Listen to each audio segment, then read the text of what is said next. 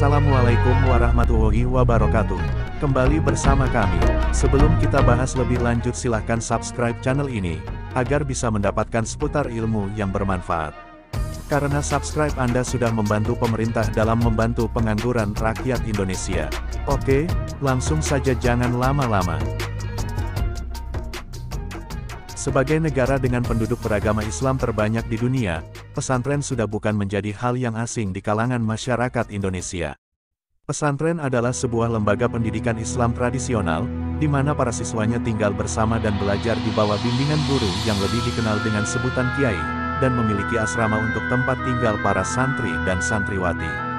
Sistem pendidikan pondok pesantren ini mulai dikenal setelah abad ke-16 Masehi. Sejak itu pondok pesantren terus tumbuh di berbagai tempat. Pondok pesantren memiliki peran penting untuk kemajuan pendidikan Islam. Dari pondok pesantren inilah banyak lahir para ulama, asatis dan ahli fikih yang saat bertebar di segala penjuru tanah air. Berdasarkan data, terdapat kurang lebih 30.000 pondok pesantren di seluruh Indonesia. Sementara total santri mencapai kurang lebih 6 juta jiwa.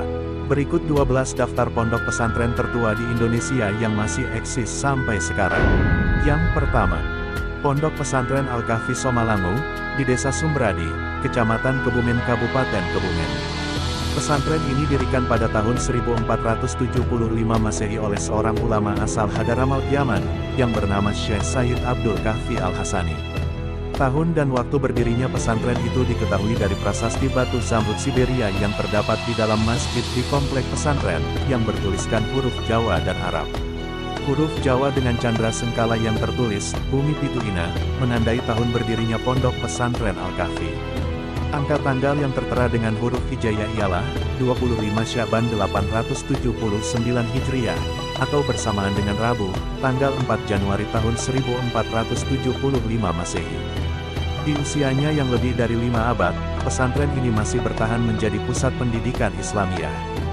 Dari masa ke masa, pesantren ini menelurkan para ulama besar yang tersebar di Nusantara.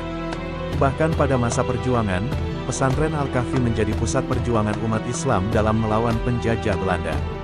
Dengan sejarah panjang yang dimilikinya, pesantren Al-Kahfi memang kaya akan peninggalan historis. Dari sisi bangunan, masih tersisa Masjid Al-Kahfi yang berdiri kokoh.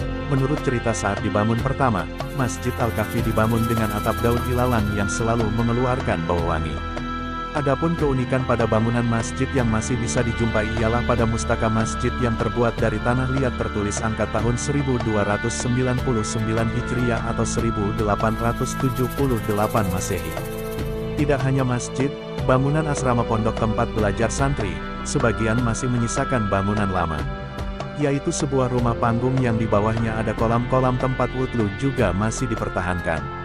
Seiring dengan perkembangan zaman, pesantren Al-Kahfi Somalangu dipimpin oleh generasi penerusnya, dan saat ini dipimpin keturunan generasi ke-16 yaitu Kiai Haji Afifuddin Hanif Al-Hasani atau Gus Afif. Pesantren ini juga masih mempertahankan metodologi pembelajaran klasik seperti sorogan dan bandongan. Kitab-kitab yang diajarkan antara lain ilmu nahwu, sorof fikih, tafsir Al-Quran dan hadis serta kitab-kitab salaf lainnya. Yang kedua, Pondok Pesantren Salafi Luhur Dondong di Kampung Dondong, Kelurahan Wonosari, Kecamatan Ngalian, Kota Semarang. Pesantren ini didirikan pada tahun 1609 Masehi, oleh Kiai Syafi'i Pijoro Negoro. Kiai Syafi'i Pijoro Negoro sendiri merupakan keturunan dari Ki Ageng Gribik, Jatinom, Klaten. Kiai Syafi'i merupakan salah satu komandan pasukan Sultan Agung yang ikut menyerbu tentara VOC di Batavia pada tahun 1629 Masehi. Kiai Syafi'i awalnya hanya mendirikan sebuah padepokan di Kampung Dondong. Namun, justru banyak yang hendak belajar ilmu agama kepada beliau. Maka, padepokan itu pun bertransformasi menjadi pesantren ditandai dengan dibangunnya sebuah musola Abu Darda, yang juga pernah jadi markas Badan Keamanan Rakyat, atau Tentara Keamanan Rakyat masa perang, atau dikenal sebagai markas Medan Barat, bahkan juga pernah dijadikan markas gerilyawan pasukan Pangeran Diponegoro. Setelah Kiai Syafi'i wafat pada tahun 1711 Masehi, pengasuh pesantren digantikan menantunya, yaitu Kiai Abu Darda. Kiai Abu Darda sendiri berasal dari Jekulo, Undaan, Kudus, yang dinikahkan dengan Nyai Rogoniah binti Kiai Syafi'i. Setelah Kiai Abu Darda, pengasuh digantikan menantunya yakni Kiai Abdullah Buikin bin Umar dari Penanggulan Santren Kendala, suami dari Nyai Natijah binti Kiai Abu Darda. Dan sekarang pengasuh Pondok Pesantren Luhur Dondong, dipimpin oleh Tubagus Mansur, Kustoba, yang merupakan keturunan ketujuh dari pendiri Pondok Pesantren Luhur Dondong. Pondok Pesantren Luhur Dondong merupakan tempat pertama yang mengkaji kitab Fathul Qorib di Pulau Jawa. Sehingga banyak santri yang berasal dari Bogor, Sragen, Jakarta, Kendala, Batang, Demak, Jepara, Kudus, bahkan Sulawesi, Sumatera, dan lainnya yang ingin menimba ilmu di Pondok Pesantren Luhur Dondong. Adapun di antara kiai yang pernah nyantri di antaranya ada Mbah Soleh Darat, Kiai Ihsan bin Mukhtar, pendiri Pondok Pesantren Al-Islam Mangkang, kakeknya Kiai Hatlor Ihsan, Mbah Wali Syafa Kaliwungu, Kiai Masud, pengasuh pesantren Darul Amanah Sukorejo, dan masih banyak lagi. Pondok Pesantren Luhur Dondong juga masih mempertahankan pembelajaran klasik seperti pesantren-pesantren yang lainnya. Hingga sekarang Pondok Pesantren Luhur Dondong masih tetap eksis, walaupun belum bisa berkembang seperti pesantren lainnya, namun tetap rutinitas pengajian tetap berjalan apa adanya. Yang ketiga, Pondok Pesantren Nazhatut Tulab, terletak di Desa Prajan, Kecamatan Camplong, Kabupaten Sampang, Madura, Jawa Timur, yang didirikan pada tahun 1702 Masehi, oleh Kiai Abdul Alam atau Pamratoh Bumi, yang berasal dari Sumeneb, Madura. Sejarah perjuangan Kiai Abdul Alam dalam pendirian pondok pesantren ini hingga terekam dalam Babat Ranah Pajan. Dalam beberapa sumber lisan maupun tulisan, Kiai Abdul Alam dikenal sebagai pembabat Bukit Prajan. Sebelum membabat Bukit Prajan, Kiai Abdul Alam melakukan pertapaan di atas Bukit Sumber Prajan, dan dari sanalah lentera ilmu memancarkan cahayanya di bumi kota Bahari yang kemudian didirikan sebuah padepokan untuk mengajarkan ilmu agama. Dalam catatan Babat Ranah Prajan menyebut bahwa Kiai Abdul Alam mempunyai 3 anak, yaitu Kiai Abdul Kamal, Nyai Saidah, dan Nyai Syaibah.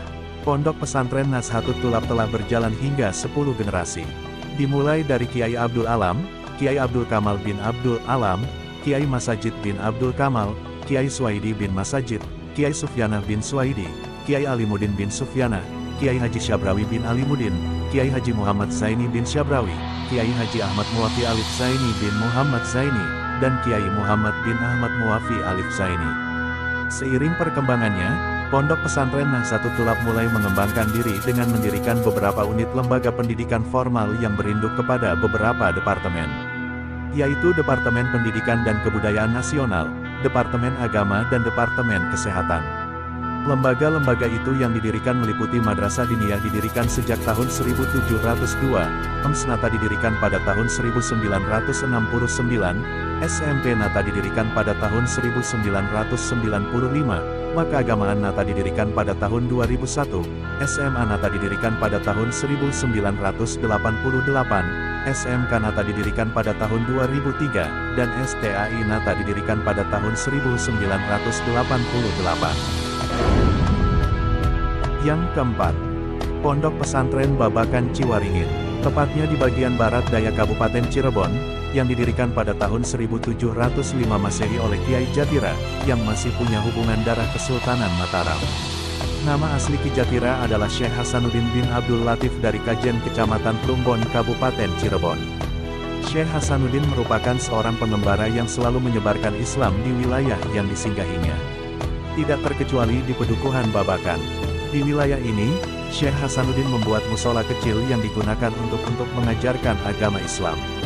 Dipilihnya wilayah Babakan untuk dikembangkan menjadi wilayah pesantren, dikarenakan kondisi Babakan yang memiliki lahan yang cukup kering dan sulit untuk dikembangkan dalam sektor pertaniannya, membuat Ki Jatira tertantang untuk mengembangkan wilayah tersebut sebagai pusat pendidikan Islam dan menjaga masyarakat untuk lepas dari pengaruh kekuasaan Belanda. Pada tahun 1718 Masehi penjajah Belanda melakukan penyerangan terhadap Padepokan Ki Jatira yang berada di Pedukuhan Babakan, dan berhasil menghancurkan Padepokan Ki Jatira. Pada tahun 1721 Masehi, Ki Jatira kembali ke Pedukuhan Babakan untuk kembali melanjutkan perjuangannya dalam mengembangkan Islam dengan membangun kembali pondok pesantren. Namun, Belanda kembali mengetahuinya sehingga, pada tahun 1751 Masehi, Belanda kembali menyerang dan menghancurkan pesantren yang baru kembali dibangun oleh Ki Jatira tersebut. Pada tahun 1753 Ki Jatira akhirnya wafat. Sebelum wafat, Ki Jatira menyampaikan wasiat kepada menantunya yaitu Kiai Nawawi untuk kembali ke Babakan guna melanjutkan perjuangan yang telah dilakukannya. Sepeninggal Ki Jatira, pesantren Babakan dipegang oleh menantunya yaitu Kiai Nawawi dengan dibantu Kiai Syafi'i, kemudian diteruskan Kiai Syarqawi, Kiai Nawawi bin Syarqawi dan dibantu Kiai Atsroi, kemudian diteruskan Kiai Ismail putra Kiai Atsroi, dengan dibantu Kiai Ali Masina, kemudian Kiai Haji Amin Sepuh bin Kiai Irsyad tahun 1916 Masehi yang masih keturunan Sunan Gunung Jati, yang dibantu oleh saudara iparnya sekaligus santrinya yaitu Kiai Haji Sanusi mulai tahun 1922 Masehi. Ketika agresi Belanda II, tepatnya tahun 1952 pondok pesantren diserang Belanda. Dikarenakan Kiai Haji Amin Sepuh sebagai sesepuh Cirebon merupakan pejuang yang menentang penjajah, pondok dibakar dan dikepung. Para santri pergi dan para pengasuh beserta keluarga mengungsi. Kemudian tahun 1955 Masehi Kiai Haji Amin Sepuh kembali ke Babakan, hingga kemudian para santri banyak berdatangan dari berbagai pelosok. Sehingga pondok pesantren Babakan Ciwaringin tidak dapat menampung para santri. Sampai santrinya dititipkan di rumah-rumah ustadznya seperti Kiai Haji Hanan, di rumah Kiai Sanusi, dan sebagainya. Sehingga sekarang pondok pesantren Babakan Ciwaringin berkembang dan juga berdiri beberapa pondok pesantren lainnya.